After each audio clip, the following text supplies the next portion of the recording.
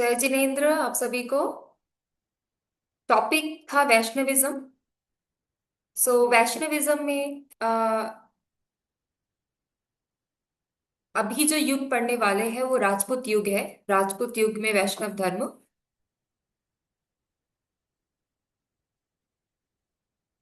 तो राजपूत युग के बारे में हमने लास्ट क्लास में भी देखा था कि राजपूत युग जो है वो ये वैष्णव धर्म से काफी कनेक्टेड है। और इस पर्टिकुलर युग में वैष्णव धर्म का प्रचार निरंतर देखने को मिलता है। जब भी हम कोई शासक के बारे में पढ़ते हैं, रूलर्स के बारे में पढ़ते हैं, तो उनके धार्मिक विचारों को पढ़ना जरूरी होता है, क्योंकि उनके धार्मिक विचारों से पता चलता है कि वो पर्टिकुलर धर्म उस टाइम पे उसकी स्थिति क्या थी, उसका स्टेटस क्या था, कितने लोग फॉलो करते थे, और उस पर्टिकुलर धर्म में कितने प्रकार के डेवलपमेंट्स देखने को मिले। तो यहाँ पे जो राजपूत युग था, वहां पे वैष्णव धर्म का प्रचार बहुत देखने को मिला। और देखने को तो बहुत मिला, बट वहां पे राजधर्म जैसा कुछ नहीं था कि राजधर्म हो गया ये। बट वहां पे क्योंकि ये धर्म का प्रचार बहुत अच्छे से होने लगा, इसलिए वहां पे जो मूर्तियां थी, अभिलेख थी, प्रतिमाएं थी, वो सारी चीजें मिलती है जो कि वैष्णव धर्म से कनेक्टेड है। और वो ये भी बताती है कि वैष्णव धर्म की उपस्थिति उस समय में बहुत अच्छे से थी, और उसका प्रभाव भी बहुत अच्छे तरीके से वहां पे देखने को मिल सकता था। तो वैष्णव धर्म का सबसे जो पहला प्रमाण जो मिलता है वो खालिमपुर का दान ताम्रपत्र है। और वहां पे जो अभिलेख मिले वो वैष्णव मंत्र मिले वहां पे, जिससे पता चलता है कि वैष्णविज्म उस टाइम से काफी ज्यादा प्रचलित था। तो जो ताम्रपत्र मिले वहां पे एक मंत्र मिला, उसमें ओम प्रणव मंत्र, जो कि नारायण से संबंधित है। अब नारायण कौन है? वो विष्णु के एक अवतार भी है, प्लस वो विष्णु धर्म की प्रधानता का सूचक देते हैं। तो नारायण या तो वासुदेव उनको बोलते हैं। तो उनका उल्लेख ये दर्शाता है कि ये पर्टिकुलर काल यानी कि राजपूत काल में विष्णु भक्ति जो थी वो बहुत अच्छे से प्रचलित थी। और ये भी इंपॉर्टेंट है कि इस वंश के जो शासक थे, जो देवपाल नाम के शासक थे, तो उनके द्वारा नारायण मंदिर का भी निर्माण किया गया, जो कि वो सारे उल्लेखों में मिलता है। तो यहाँ पे जो हमारे हमें ये समझ आ रहा है कि जो शासक होते हैं, और शासक किस प्रकार के धर्म को फॉलो करते हैं, किस प्रकार के धर्म का प्रचार करते हैं, वो बहुत ज्यादा मायने रखता है वो पर्टिकुलर कंट्री के डेवलपमेंट के लिए। वो कंट्री के विचारों की जो व्याख्यान है, वो हम उस शासक के धर्म और उसके विचार के रूप में देख सकते हैं। तो यहाँ पर जो शासक थे देवपाल, उनके द्वारा नारायण मंदिर का निर्माण कराना ये बहुत बड़ा संकेत है कि वैष्णव धर्म उस टाइम पे बहुत अच्छे से देखने को मिलता है, और वैष्णव धर्म के तरफ जो झुकाव था लोगों का, वो भी देखने को मिलता है।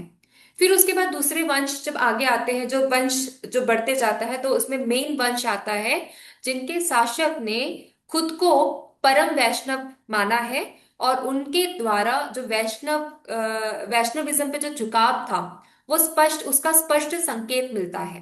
क्योंकि जब वो खुद को परम वैष्णव कहते हैं, तो इसका मतलब ये स्पष्ट बतलाता है कि वैष्णव धर्म का जो वैष्णव धर्म की जो बातें हैं उस टाइम पे ज्यादा से ज्यादा होती थी, और लोगों का भी उस धर्म को मानना या फॉलो करना ज्यादा से ज्यादा होता था। फिर एक जो ऑथर है, राइटर है, जयदेव, उनके द्वारा एक रचित गीत गोविंद है। उन्होंने राधा कृष्ण संप्रदाय का उल्लेख किया है उसमें। और इससे ये स्पष्ट होता है कि कृष्ण भक्ति के साथ साथ राधा का भी धार्मिक प्रतिष्ठा प्राप्त हो चुका था। मतलब अभी तक तो हम देख रहे थे विष्णु विष्णु जी का क्या रहा है, उनके कैसे अवतार रहे हैं। फिर उसके बाद हमने देखा कि बाल गोपाल का क्या रहा है। फिर उसके बाद हमने देखा कि महाभारत काल में किस प्रकार से जो वैष्णविज्म है उसका डेवलपमेंट दिखता है। फिर अभी जब राजपूत काल में हम देखते हैं तो हमें पता चलता है कि श्री कृष्ण के साथ साथ राधा को भी धार्मिक प्रतिष्ठा मिल चुकी थी। और इस काल में एक अत्यंत सुंदर और चित आकर्षक मूर्ति पहाड़पुर से प्राप्त होती है, जिसमें गोवर्धन धारी कृष्ण का अंकन है। तो ये सारे पॉइंट्स तो वैसे मैं पहले ही बता चुकी हूँ, बट आपको समझ आना चाहिए कि वैष्णव धर्म जो है उस टाइम पे यानी राजपूत टाइम पे कितना इम्पोर्टेंट था, और वहां के लोगों में इसमें कितनी श्रद्धा थी। फिर इसके बाद नेक्स्ट स्लाइड देखते हैं। तो ये पर्टिकुलर जो शासन था, यानी जो राजपूत जो शासन था, इस काल में वैष्णव मंदिरों का भी निर्माण का प्रमाण मिलता है। कि इसलिए मैंने आपको बोला कि आसपास आप देखिए कि कौन से मंदिर है या कौन से धर्म स्थान है, कौन से धर्म स्थान में ज्यादा से ज्यादा लोग आते हैं, किस प्रकार के लोग आते हैं। तो उससे आपको एक स्टैटिस्टिकल इंफॉर्मेशन मिल जाएगा कि कौन से जो लोग हैं उसमें कौन से धर्म का प्रभाव होता है, और उनकी कम्युनिटी में जो एजुकेशन हो गया या उनका नॉलेज सिस्टम हो गया, वो किस प्रकार से उनके धर्मों के द्वारा या धर्मों धर्मों से जुड़ा हुआ होता है। तो ये सारी जानकारी हमको आसपास के स्ट्रक्चर से मिल जाती है, मंदिरों से मिल जाती है या उनके दान परंपराओं से मिल जाती है। तो ये जो राजपूत काल है, यहाँ पे जैसे कि अभी मूर्तियों के बारे में हमने बात किया कि मूर्ति जैसे पहाड़पुर में प्राप्त हुई, गोवर्धनधारी कृष्ण की मूर्ति प्राप्त हुई, और इसी पर्टिकुलर समाज में विष्णु सहस्त्र नाम इस पाठ का भी प्रचलन था। प्लस जो प्रतिहार शासक भोज, उनके भी अभिलेख में विष्णु के लिए हरि ईश्वर जैसे शब्दों का प्रयोग मिलता है, जो उन्हें सगुण रूप में स्वीकार करने के साथ साथ आंशिक रूप से निर्गुण भी दर्शाता है।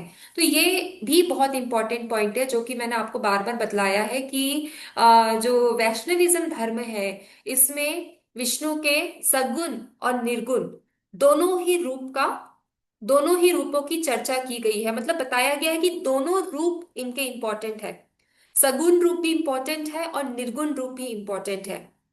तो ये जो पॉइंट है हमें समझ आना चाहिए कि जैसे कि हमने सगुण रूप बताया कि सगुण वो है कि जब हम किसी गॉड को रिप्रेजेंटेशन देते हैं, और निर्गुण मतलब उनकी उनको कोई गुण से हम कैटेगराइज नहीं करते हैं, उनको हम सिर्फ एक दृष्टि से देखते हैं।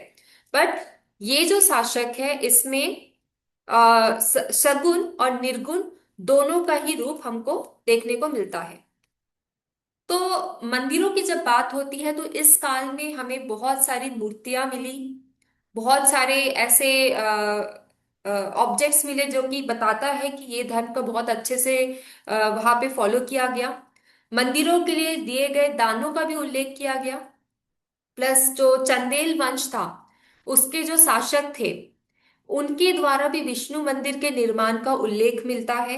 प्लस जो खजुराहो है, जो मध्य प्रदेश में है, तो वहां भी बहुत सारे ऐसी मंदिर मिलती है, बहुत सारे ऐसे नगर मिलते हैं जहाँ पे वैष्णव धर्म से संबंधित अनेक मंदिर बनाए गए। और जो परमार शासक भोजदेव है, उनके भी दान पत्र में गरुड़ गरुड़ ध्वज फहराने का उल्लेख है। तो गरुड़ ध्वज जो है वो विष्णु से रिलेटेड है, क्योंकि विष्णु के वाहन जो है वो गरुड़ है। तो उनके भी मंदिर बहुत उपस्थित है, जिससे कि संकेत मिलता है कि वैष्णव धर्म बहुत अच्छे से लोगों में था, और वहां के जो शासक थे वो भी इस चीज को काफी प्रमोट करते थे। तो उड़ीसा में भी इस काल में वैष्णव मंदिरों का एक प्रमुख केंद्र था। इवन भुवनेश्वर में भी अनंत वासुदेव मंदिर का यहाँ पे मंदिर मिलती है, जहां से पता चलता है कि वैष्णव धर्म यहाँ पे बहुत अच्छे से प्रसिद्ध था।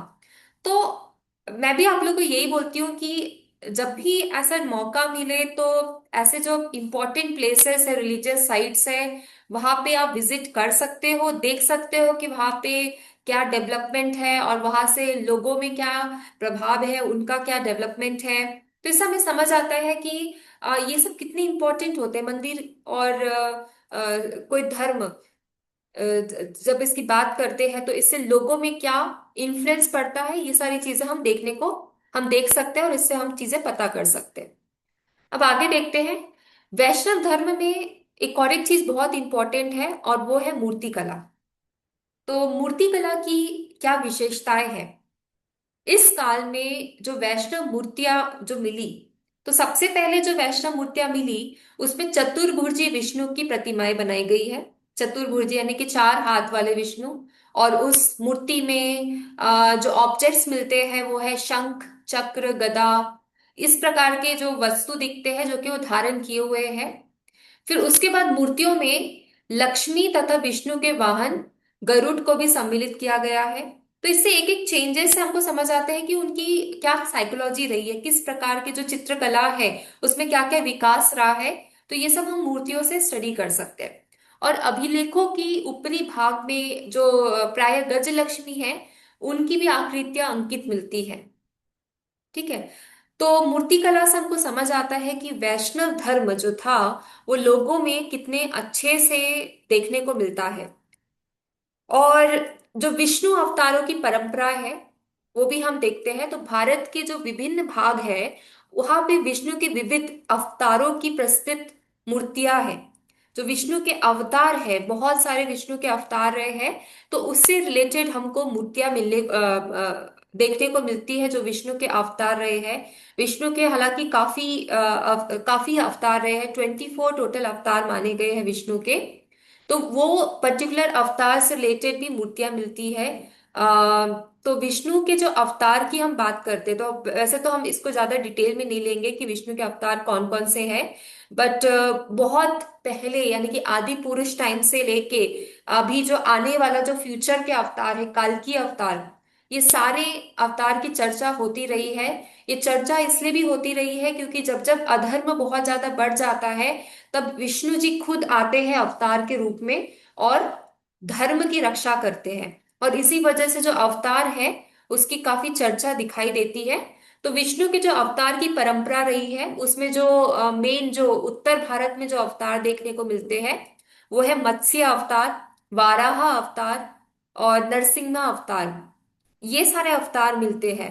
और ये सब अवतार भी जो विष्णु के होते हैं वो अकॉर्डिंग टू द सिचुएशन होते हैं कि जब जिस प्रकार की डिमांड होती है उस प्रकार के उनके अवतार होते हैं। जैसे कि अभी नरसिम्हा अवतार जब उसने उन्होंने लिया तो वो इसलिए लिया क्योंकि जो राक्षस थे, जो किंग, जो राजा और राक्षस, जो वो राजा थे, उनको वरदान था कि वो किसी भी ह्यूमन या तो किसी भी एनिमल के द्वारा उनको अटैक नहीं किया जा सकता।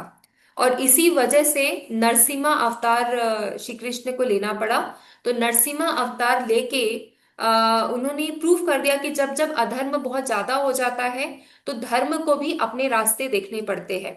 तो नरसिम्हा अवतार जो कि आधा सिंह है और आधा इंसान यानी कि ह्यूमन बॉडी है, तो ये फिफ्टींथ इनकारनेशन बताए जाते हैं। और ऐसा इन्होंने इसलिए लिया क्योंकि जो हिरण्यकश्यपु थे जो कि दैमन राक्षस थे और जो कि राजा भी थे, उनके जो बेटे थे जिनका नाम है प्रहलाद। तो प्रहलाद की रक्षा के लिए प्रहलाद जो थे उनको काफी श्रद्धा थी विष्णु पे। तो काफी मंत्र चैंटिंग करते रहते थे। तो प्रहलाद की रक्षा के लिए, इवन धर्म की रक्षा के लिए विष्णु ने ये नरसिम्हा अवतार लिया ताकि वो प्रहलाद की रक्षा कर सके। तो हमने देखा है कि जो त्योहार है होली, आप लोग ने देखा है होली, होली का त्योहार यस मैम। देखा है, होलिका दहन भी होता है। तो यस मैम, होलिका, देखा है मैम। हाँ हाँ, मैम, देखा है।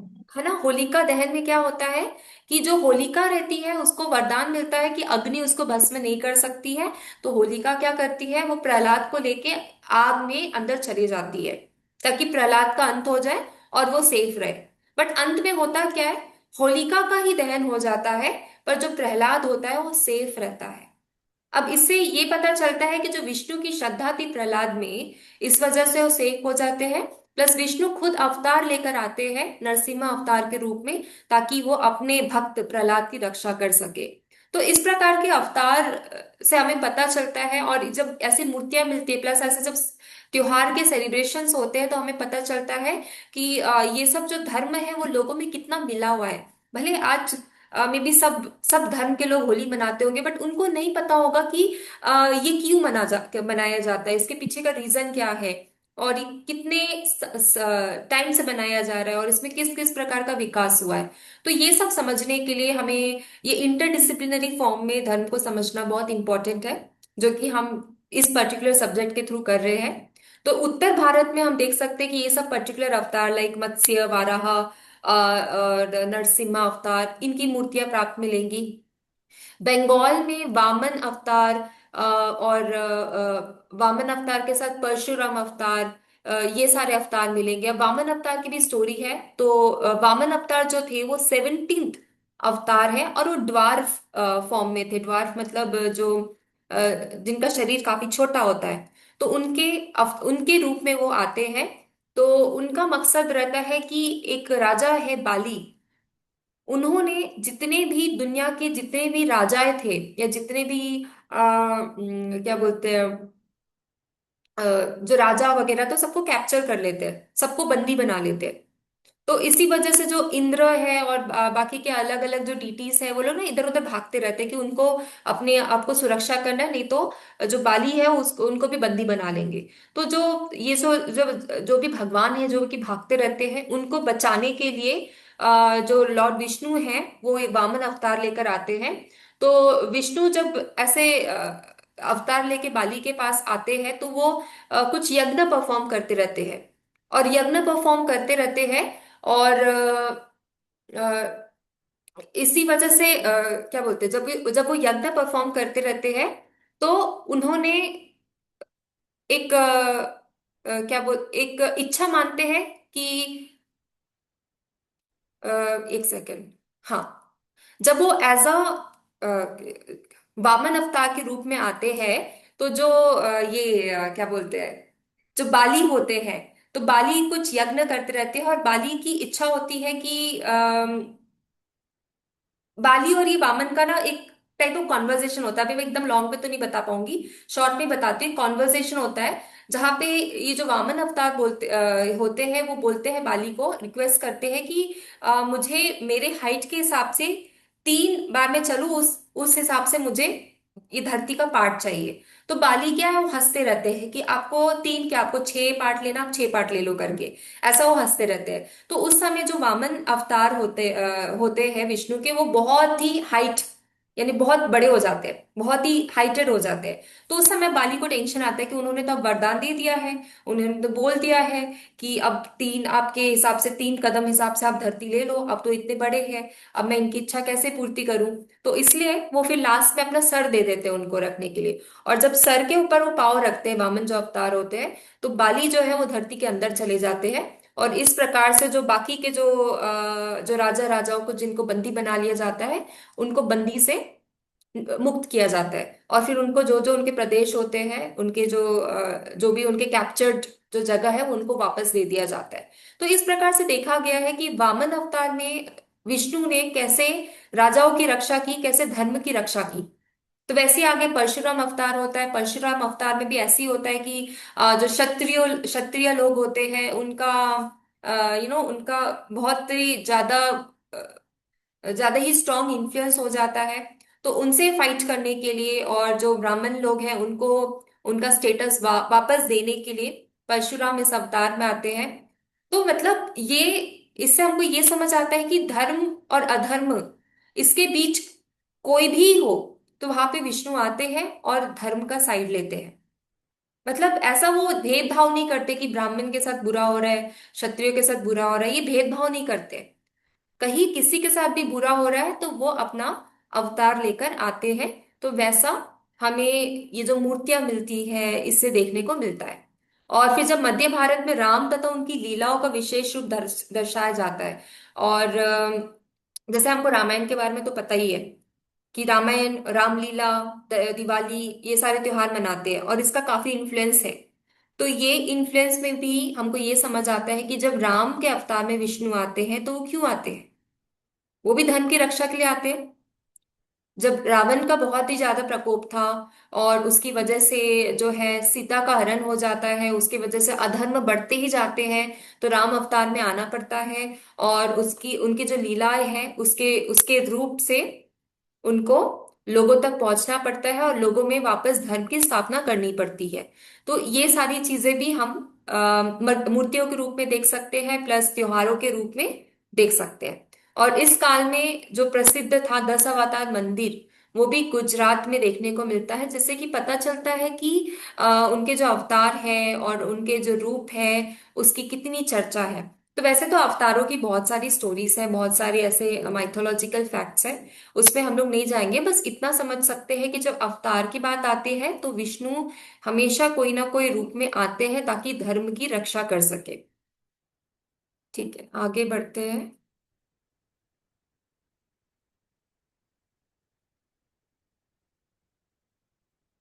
अब वैष्णविज्म में त्योहार के अलावा व्रत भी बहुत इंपॉर्टेंट है। तो इस काल में व्रत और त्योहार दोनों समाज में व्यापक रूप से प्रचलित हो चुके थे। प्लस जो विभिन्न पुराणों और अभिलेखों में इसका प्रचलन और ज्ञान बहुत अच्छे तरीके से प्राप्त होता है। एक अभिलेख में आषाढ़ शुक्ल पक्ष की देवशयनी एकादशी का भी उल्लेख मिलता है। तो एकादशी तो आपने सुना होगा। तो यहाँ पे बोला जाता है कि यहाँ पे विष्णु जब सोते हैं, यानी कि शयन में जाते हैं, और कार्तिक शुक्ल पक्ष की एकादशी को वो जागते हैं। तो इसी वजह से जो देवस्थान है वहां पे एकादशी मनाया जाता है, और एकादशी का जो फॉर्म है उसको समझा जाता है कि जब वो सोते हैं तो ये पक्ष होता है, और जब उठते हैं तो कार्तिक शुक्ल का पक्ष होता है। वैसे ही गंगाधर अभिलेख में कृष्ण जन्माष्टमी का उल्लेख मिलता है, जो भाद्रपद कृष्ण पक्ष की अष्टमी को मनाया जाता है। तो जन्माष्टमी भी बहुत बढ़िया त्योहार है जो कि सेलिब्रेट किया जाता है, जो कि कृष्ण जन्म जन्म को मनाया जाता है। वैसे ही अल्बरूनी ने भी रामनवमी के उत्सव का उल्लेख किया है। तो ये सारे जो ऑथर्स है, राइटर्स है, उनके अभिलेखों में जो हमें मिला है उससे पता चलता है कि ये सारे व्रत और त्योहार आज के समय नहीं, बहुत पहले से ये सारी चीजें बताई गई है। ये सारी चीजें लोगों के द्वारा फॉलो की गई है। अब इसके बाद मंदिर हो गया, त्योहार हो गया, उनके व्रत हो गए, उनकी मूर्ति कला हो गई। वैष्णव धर्म में किस प्रकार का प्रभाव देखने को मिलता है, ये सारी चर्चा हो गई। अब देखते हैं उनका भक्ति आंदोलन और वैष्णव गुरु परंपरा। ठीक है। बट इससे पहले अभी तक जो हमने पढ़ा काफी स्कैटर्ड फॉर्म में था, बट जो भी पढ़ा उसमें कोई भी डिफिकल्टीज, ऐसा कुछ जो समझ नहीं आया है? नहीं मैम। No ma'am. मतलब एक मैंने कॉन्वर्सेशन स्टाइल में बताया ताकि आपको थोड़ा थोड़ा क्लिक हो जाए कि ये जो धर्म है वैष्णव धर्म, वो किस काल से आ रहा है, और आज के काल में इसमें क्या डेवलपमेंट्स देखने को मिल रहा है। प्लस जो लोग त्योहार मना रहे हैं उसमें क्या डेवलपमेंट्स देखने को मिल रहा है, क्योंकि त्योहारों का प्रभाव लोगों में मिलता है। और लोग जब वो चीज सेलिब्रेट करते हैं तो उनके साइकोलॉजी में भी दिखता है, प्लस उनके कॉन्शियसनेस में दिखता है। और ये सब चीज को समझना इम्पोर्टेंट हो जाता है, क्योंकि जब कोई बिलीफ सिस्टम की बात करे तो बिलीफ सिस्टम कैसे आती है, कल्चरल इम्पैक्ट से ही आती है। ठीक है। अब नेक्स्ट हम देखते हैं आगे भक्ति आंदोलन और वैष्णव गुरु परंपरा। तो पल्लव काल में वैष्णव और शैव भक्ति का उदय बौद्ध और जैन धर्म की प्रतिक्रिया के रूप में हुआ। प्लस जो दक्षिण भारत में वैष्णव गुरुओं के दो प्रमुख वर्ग माने गए वो थे अलवार और आचार्य। अब एक एक करके देखते हैं अलवार क्या है और आचार्य क्या है। ओके। तो अलवार ये तमिल शब्द है, और इसका अर्थ है भगवान की दया और प्रेम में डूब जाना। वैसे ही जो दूसरा शब्द है आचार्य, वो वैष्णव दर्शन के सिद्धांतकार और उपदेशक थे, जो सिद्धांतों के बारे में चर्चा करते थे, जो उनके प्रिंसिपल्स है और उनकी थ्योरीज है उसके बारे में चर्चा करते थे। तो यह भक्ति में दो प्रकार के अलग अलग परंपराएं देखने को मिलती है। एक जो कि भगवान की दया और प्रेम में डूबे हुए हैं, और दूसरा जो कि उनके सिद्धांतों और उनके उपदेशकों के बारे में चर्चा करते हैं। तो अलवार जो है, जो तमिल शब्द है, यहाँ पे विष्णु के भक्त जो थे वो संत थे, और जनता में वो अत्यंत पूज्य माने जाते थे। जो संत यहाँ पे जो थे वो अत्यंत पूज्य थे जनता में, और जो भक्ति की बातें हैं, भक्ति का रूप है, वो लोगों तक पहुंचाते थे। जो आचार्य जो परंपरा है उसमें जो प्रमुख आचार्य है वो है रामानुजाचार्य, यमुनाचार्य, नाथ मुनि।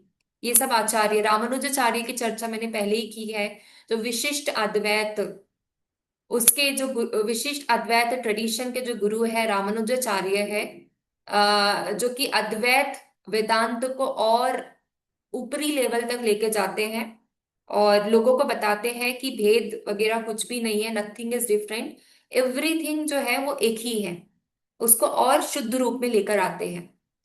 ठीक है, तो वो हो गए प्रमुख आचार्य। अब जो अलवर है, इनकी जो संख्या थी, इसके बारे में चर्चा करते तो इनकी संख्या 12 थी और ये विभिन्न सामाजिक वर्गों से आए थे, मतलब डिफरेंट डिफरेंट समाज से ही आए थे।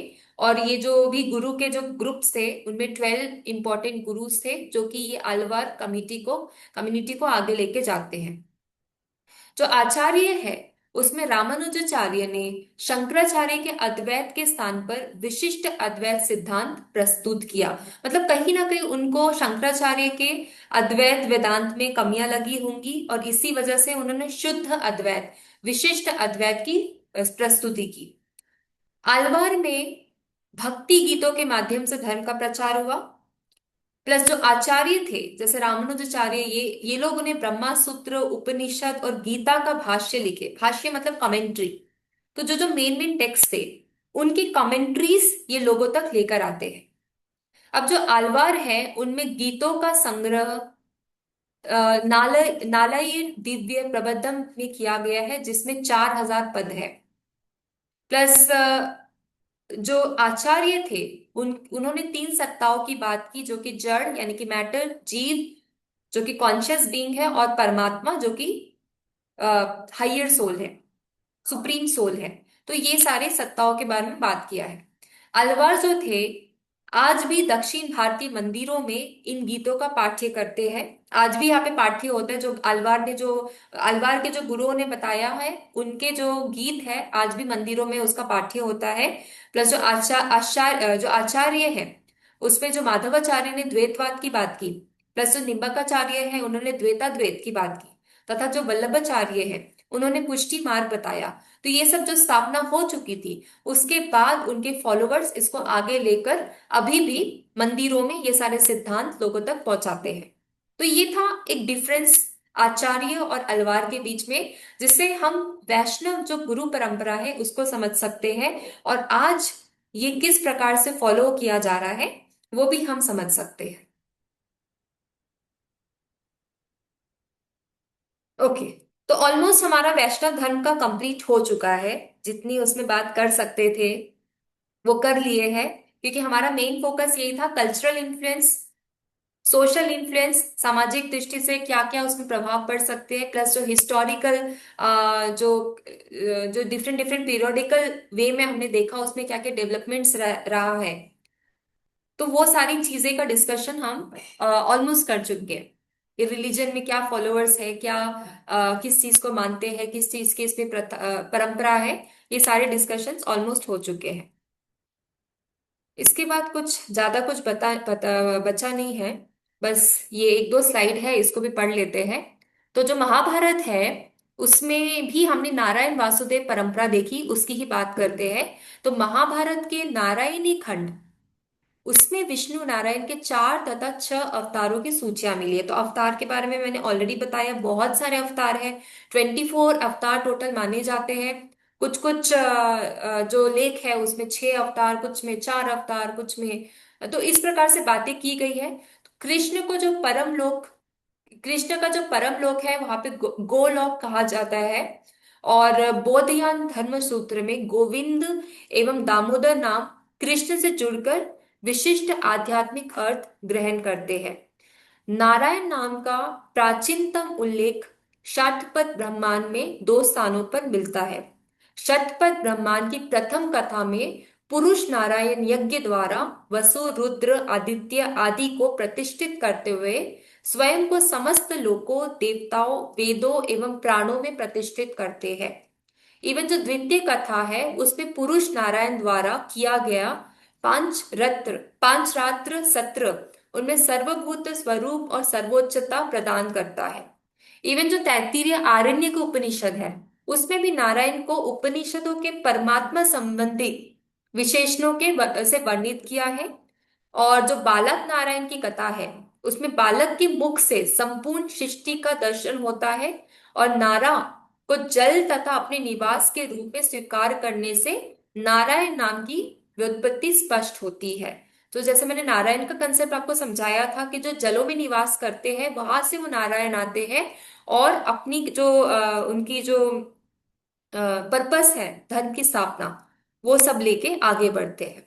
वैसे जो मार्कंडेय ऋषि है, उन्होंने जो बताया कि उन्होंने एक बालक को देखा, बालक के मुख में उनको पूरा विश्व दिखा, इस प्रकार से जो वो अपना जो कथन बताते हैं, तो उस कथन से नारायण, वासुदेव, कृष्ण, ये सारी जो परंपरा है वो स्थापित हो जाती है। तो वासुदेव जो देवताओं का जन्म स्थान जो कहलाता है वासुदेव, प्लस नारायण जिसका मतलब है जीवों का जो आश्रय है, प्लस जो नर नारायण जो कि अर्जुन कृष्ण रूप में स्थापित किया गया, ये सब चीज हमको महाभारत में देखने को मिलता है।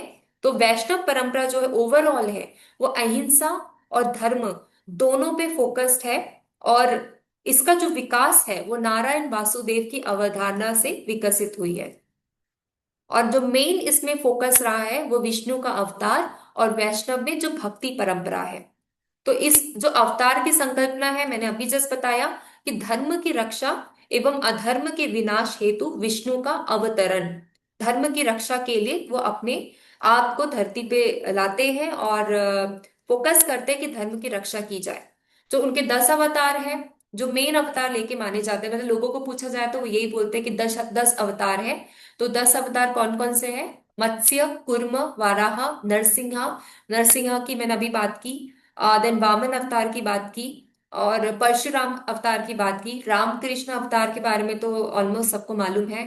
फिर बुद्ध अवतार, और फ्यूचर में जो आने वाले अवतार ऐसा मानते हैं कि एक गोल्डन या वाइट कलर के हॉर्स में वो आएंगे, और इस टाइप से उनको कल्कि नाम रखा गया है।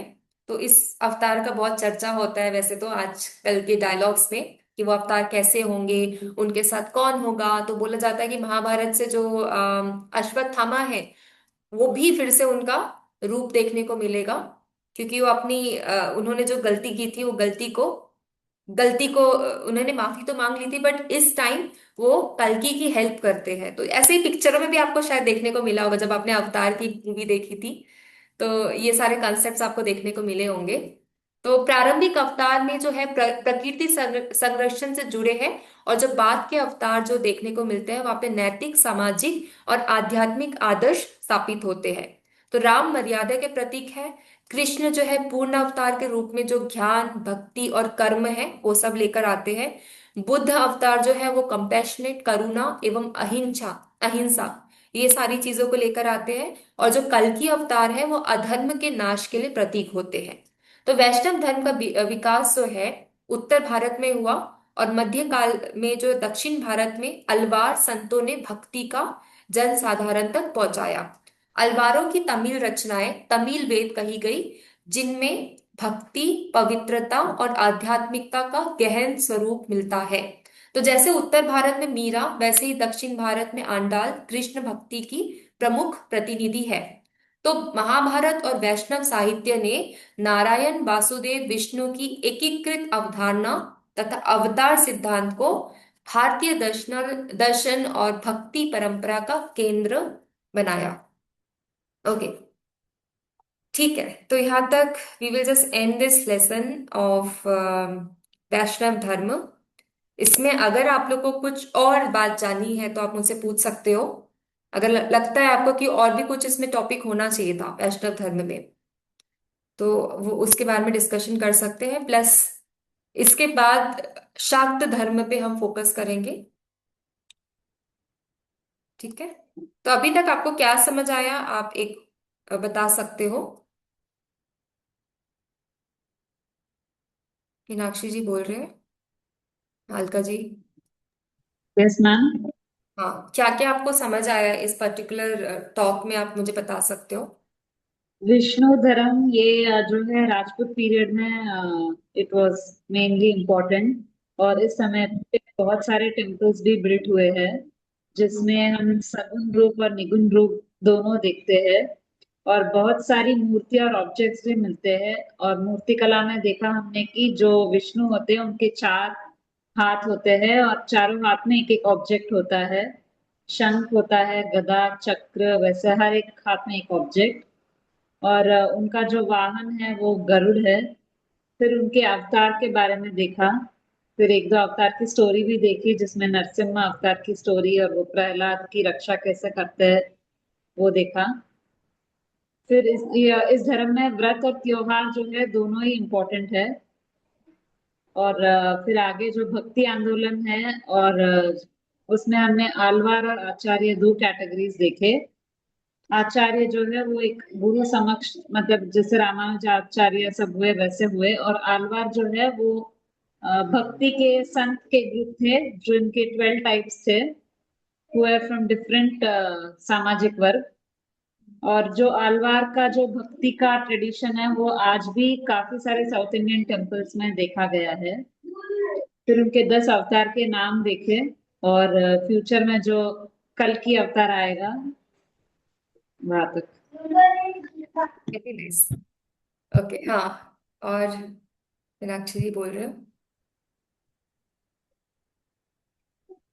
और एक और अवतार का ये था कि धर्म और अधर्म के बीच में अवतार जन्म लेंगे। हम्म। 10 अवतार के रूप में। अधर्म का विनाश, धर्म की रक्षा। सिमर जी कुछ बोलने वाले ये हैं। कल्कि का जो टॉपिक है ना, ये इसमें भी देखा था ऋषभ देव के टाइम पे, कल्कि और कल्कि। हाँ हाँ। 10 कल्कि उधर भी पढ़े थे। ओके, वहां पे क्या पढ़ा आपने? सही से याद नहीं आ रहा, बट फर्स्ट सेमेस्टर में भी स्टडीड के हम्म हर आफ्टर, मतलब हर टाइम पीरियड के बाद कल्कि उपकल्कि आते हैं करके कुछ ऐसा पढ़ा था। हम्म। फिर भी था ऋषभ देव था उसमें। I will check properly and tell again tomorrow, लिखा हुआ भी था मेरे किसी बुक में। Okay, nice.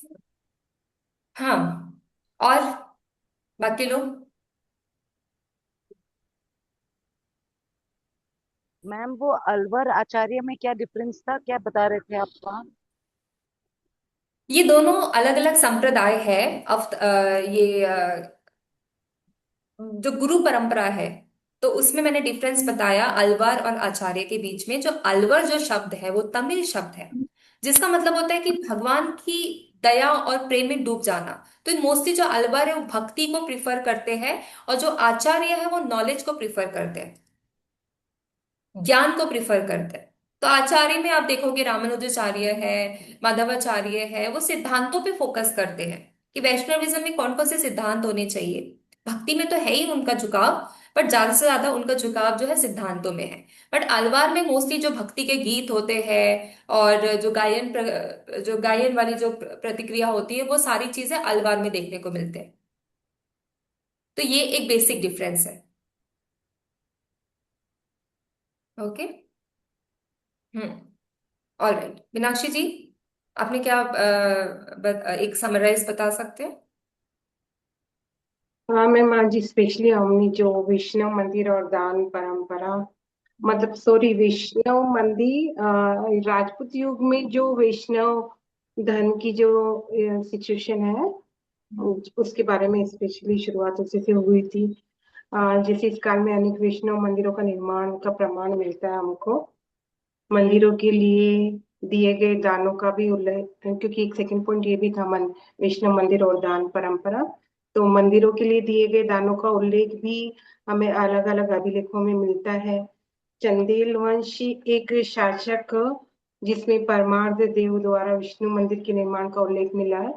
क्योंकि मंदिरों की यहाँ पे बात हो रही है, तो खजुराहो एमपी में भी चंदेलों द्वारा निर्मित मंदिरों की नगरी है। वहां पे भी वैष्णव धर्म से संबंधित अनेक मंदिर दिखे हैं। परमार शासक भोजदेव के टाइम जो दान पात्र में गरुड़ ध्वज फहराने का जो उल्लेख है, वहां पे भी विष्णु मंदिर की उपस्थिति मिलती है। उड़ीसा, मतलब ये इंडिया के डिफरेंट एरियाज में वैष्णव धर्म के मंदिर कहाँ कहाँ है उसकी डिटेल है। उड़ीसा में भी वैष्णव मंदिरों का एक प्रमुख केंद्र है उड़ीसा भी। और भुवनेश्वर में भी अनंत वासुदेव मंदिर है, जो एक प्रसिद्ध वैष्णव मंदिर है।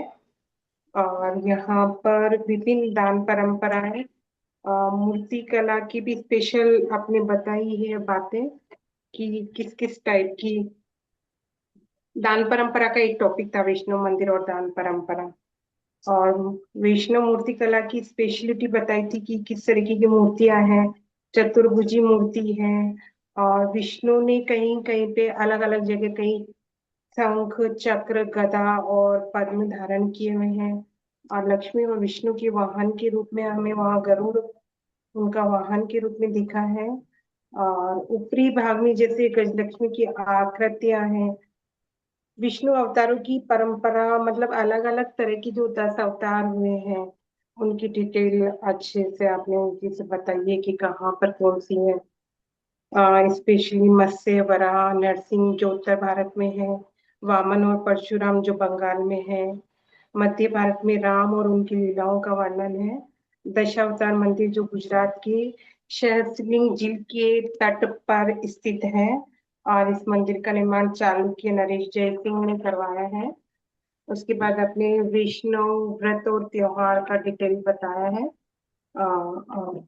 मतलब अलग अलग तरीके से कौन कौन से वैष्णव धर्म ऑल इंडिया के अंदर मनाए जाते हैं, उसका अच्छे से डिटेल है। जैसे स्पेशली बताया था कि देव, हम हिंदी में उसको बोलते हैं देव सोनी 11 और देव उठनी 11 बोलते हैं हमारी लैंग्वेज में उसको। आपने बताया था आषाढ़ शुक्ल पक्ष की देवशयनी एकादशी, इस दिन भगवान विष्णु सोते हैं। और कार्तिक शुक्ल पक्ष की देवयशनी एकादशी को जागते हैं, इसको देवोत्थान एकादशी भी कहते हैं, एकादशी भी कहते हैं। मतलब ऐसा बताया, हम लोग इसको बोलते हैं देव सूनी और देव उठनी 11 बोलते हैं हमारी लैंग्वेज में। और भक्ति आंदोलन और वैष्णव गुरु परंपरा के बारे में आपने अलवार और आचार्य के बारे में एक अच्छी लंबी डिटेल से सारी चीजें बताइए कि अलवार कौन है और आचार्य कौन है। फिर महाभारत में नारायण वासुदेव परंपरा, जिसमें विष्णु के अवतार और वैष्णव भक्ति परंपरा, मतलब बहुत डिटेल है ये। बट हाँ, 10 अवतार के बारे में जो आपने नाम बताए थे, मत्स्य को वराह नरसिंह वामन परशुराम राम कृष्ण बुद्ध, और 10वें अवतार कल्कि। तो मतलब सबके बारे में डिटेल है, अच्छी से आपने बताई थी। स्टोरीज थी आज काफी सारी। नरसिम्हा अवतार की स्टोरी आपने होली से रिलेटेड करके बताई है, त्योहार से। मैम एक हम्म। क्वेश्चन था, वेरी नाइस, सबने इतनी अच्छी तरह रिवाइज कर दिया, अब ये एंड वीडियो ही देख के रिवीजन। हाँ एग्जैक्टली exactly. सबको हाँ अच्छे से पता चल गया अभी वैष्णव धर्म के बारे में। मैम, ये हम्म। जो वैष्णव, ये जो प्रैक्टिस है भक्ति का इनका, it is like what is it when they are singing और meditate, what is the practice actually? The practice जो है इट इज अबाउट जो उनके सॉन्ग्स जो उनके गुरु ने लिखे हुए हैं, गीत जो लिखे हुए हैं उसको ये गाते हैं। सब लोग मिलते हैं साथ में और वो गीत गाते हैं। और जो विष्णु है उनके अवतारों की चर्चा होती है, बात होती है, प्लस उनको उनको नमन किया जाता है। तो भक्ति इज मोस्टली अबाउट कि जो विष्णु है उनकी जो छवि है उसमें मिल जाना, मर्ज हो जाना। जैसे परमात्मा आत्मा का जो मर्ज हो जाता है ना, वैसे विष्णु में मर्ज हो जाना टोटली। तो भक्ति के थ्रू वो मर्ज होने की कोशिश करते हैं। तो इट्स मोस्टली अबाउट गीत। जो अभी जैसे मीराबाई के जो गीत है, मीराबाई कैसे भक्ति के थ्रू श्री कृष्ण को याद करते हैं। तो वैसी जो वैष्णव धर्म में है वहां पे mostly they enjoy all this things. उनका मानना है कि आप सब दुखों को छोड़ो और आप उनके भजन गाइए, उनके गीत गाइए और उनका नाम लीजिए। उनके जितने भी नाम है उनके उनका नाम लेके आप उनके जो उनकी जो क्या बोलते हैं उनकी रूप है उसको पहचानिए। रूप निर्गुण रूप सगुण रूप को पहचानिए और सगुण से आप निर्गुण की तरफ तरफ उनके चले जाइए। तो मोस्टली इस पे ही फोकस्ड है, इस पे सेंटर्ड है। ऐसे तो भक्ति को समझना इट्स नॉट इजी, क्योंकि भक्ति में बहुत कुछ आ जाता है। उसमें अगर ज्ञान को लेके भक्ति को समझा जाए तो उसका डेफिनेशन डिफरेंट है, बट सिर्फ भक्ति को लेमन लैंग्वेज में लिया जाए तो मतलब कि आप एक एंटरटेनमेंट भी बोल सकते हो, प्लस ये भी बोल सकते हो आप कि उसमें आनंद ले रहे हो, आनंदित हो रहे हो, इस प्रकार से बोल सकते हो। तो भक्ति का डेफिनेशन ही सबके लिए अलग अलग है। कुछ कुछ लोग इसको भक्ति को स्पिरिचुअलिटी में और डिटेल में जाने के लिए यूज करते हैं, इस पर्टिकुलर फॉर्म को। ठीक है, तो भक्ति जो ट्रेडिशन है वो वैष्णव धर्म में हमें काफी देखने को मिलता है। और जो उनके जो गुरु जो परंपरा है उससे और हमें समझ आता है कि गुरुओं ने भी इसकी जो भक्ति है इसके बारे में बात की है, प्लस उन्होंने गीत भी दिए हैं लोगों को गाने के लिए, ताकि उसकी प्रैक्टिस करके वो वैष्णव धर्म को समझ सके, प्लस जो भगवान विष्णु है उनके बारे में जान सके। ओके। ठीक है मैम, सिखिज्म सिखिज्म में कहते हैं कि यू शुड हैव, आपके भाग्य बहुत अच्छे होने चाहिए if you can get the taste of bhakti. हाँ, हाँ। ट्रू, बिल्कुल। भक्ति सिंपल नहीं है। अगर आप बोल रहे हो कि जो भक्ति जो लोग कर रहे हैं वो क्यों कर रहे हैं या उनका पर्पस क्या है, तो आप उनको पूछ के आपको समझ आएगा कि वो भक्ति में इतना डूब चुके हैं कि उन्हें जो बाकी जो सामाजिक या जो सांसारिक दुख है उससे उनको कोई लगाव नहीं, उनसे उनको कोई मतलब नहीं, क्योंकि दुख से वो ऐसे निवारण हो चुके हैं ना, भक्ति के मार्ग से वो दुख को निवारण हो चुके हैं, प्लस जो भगवान का स्वरूप है उसको पहचान चुके हैं। और इसके लिए वो उनको प्रेस करते हैं थ्रू द भक्ति, और उनकी चर्चा करते हैं, प्लस जो उनका जो ऑलमोस्ट जो उनका डेवलपमेंट रहा है उसकी बातें करते हैं, लोगों तक पहुंचाते हैं, उसका प्रचार करते हैं। तो ये सारे हमको श्रृंखला में देखने को मिलता है। ठीक है, तो मोस्टली वही है, स्पिरिचुअलिटी के लिए स्पिरिचुअलिटी का एक पाथ होता है भक्ति, पाथ टू स्पिरिचुअलिटी, है ना। ठीक है, और कोई? सबको क्लियर है ना? तो यस नेक्स्ट मैम। जो धर्म पढ़ने वाले वो शाक्त धर्म, यानी कि शक्ति देवी के बारे में पढ़ने वाले हैं। देवियों पे यहाँ पे किस किस को श्रद्धा है, ऐसे जनरली पूछ रही हूँ, क्योंकि अभी तक हम। मैं मैं ही करती हूँ। मैं पूजा करती हूँ नवरात्रि में भी। हाँ हाँ हाँ इवन जो जैन हमारे पद्मावती माता है हाँ। उनका भी करना चाहिए। एक्चुअली हम जो इंडिया के अंदर है, इतने सारे कल्चर और इतने सारे धर्म है ना। ठीक है, जैन हम उसमें पैदा हुए वो ठीक है, बट सबको भी जानना चाहिए क्या है और कैसे वहाँ की बिलीफ सिस्टम है। तो अच्छी चीजें फॉलो कर लेनी चाहिए कभी कभी। जी जी कभी कभी बिल्कुल नहीं, हमेशा भी। बिल्कुल बिल्कुल। मैं करती हूँ नवरात्रि में पूजा, तो हम लोग सभी मोस्टली करते होंगे जैन भी, जी बट हम लोग करते हैं। ठीक। पद्मावती माता की फ्राइडे हाँ, होती है। पद्मावती माता, मैं भी अभी मंदिर गई थी ना, जैन मंदिर, तो मैंने देखा वहां पे बहुत अच्छे से पद्मावती माता अब को। कृष्ण के भी गए थे शायद वो टेम्पल, आई थिंक आपकी पिक से पता चला मुझे। हम्म। कृष्णगिरी गए थे आप वो दिन। हाँ मैं वहां पे ही जैन मंदिर गई थी। मैंने बहुत कुछ इंफॉर्मेशन कलेक्ट किया, मैं आप लोग से शेयर करूंगी किसी दिन। हाँ, हाँ, ठीक है। हाँ। नहीं, हम लोग जाते ईयरली वंस जाते हैं मैम वहाँ। चलिए मैम, फिर। हाँ। मैम, शायद मैं पास्ट लाइफ में आई वाज काली भक्त। अच्छा। Oh. Sure, I was reborn in Calcutta because I was Kali bhakt. अच्छा। Very nice. Then we will love to hear from you कि what's your experience and what you feel about all this things. They are all there yeah to guide us, they are guiding us all the time. Sure sure. चलिए फिर, we will see in the next class. ठीक है। Yes. Okay, जय जिनेन्द्र। जय Jinendra, thank you जय ma'am. Shri ma'am, thank you ma'am. You.